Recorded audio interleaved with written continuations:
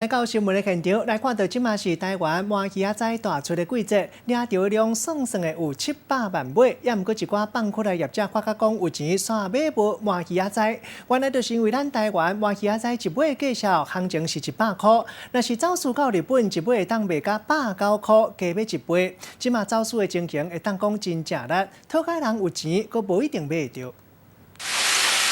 麻伫火炭顶悬烘甲吱吱叫，挂一个甲显气，即落芳香香的芳气，互大人甲囡仔拢安尼挡袂牢，要紧甲摔一个。有真侪人拢真喜意食麻鱼饭，毋过即马想要食，先仔头都要加开挂，这是因为饲麻的养殖业者因连麻仔都无地买。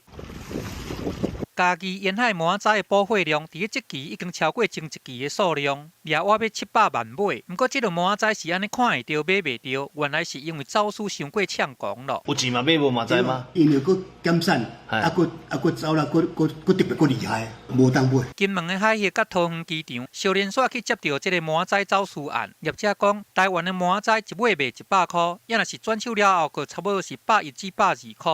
啊，即摆出来来到咱遮。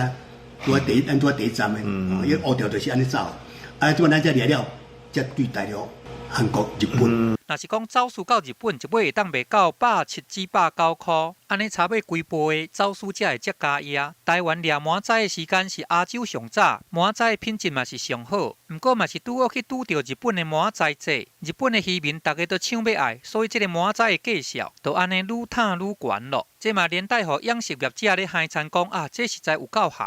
记者综合报道。